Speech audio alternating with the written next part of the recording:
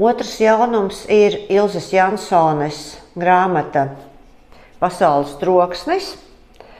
Vakar grāmatu klubā man bija ģenerāla mēģinājums. Es mēģināju izstāstīt, kāpēc šī grāmata ir jālasa.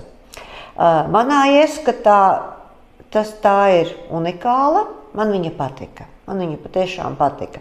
Bet viņa ir unikāla ar to, ka mums nemaz nav tādas literatūras, īstenībā var teikt, nav daļliteratūras, kas runātu par ticības, teoloģijas tēmām.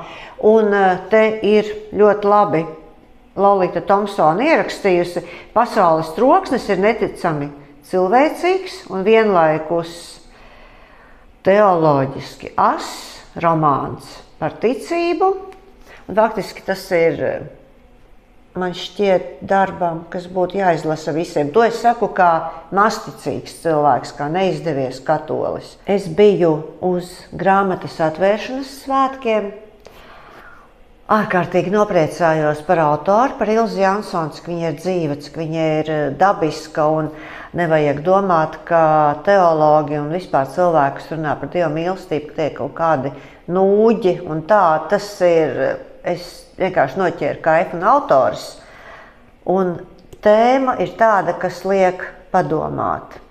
Ticība, aicinājums uz ticību un vieta šaubām. Un vēl ļoti nozīmīgi sievietes loma un vieta baznīcā.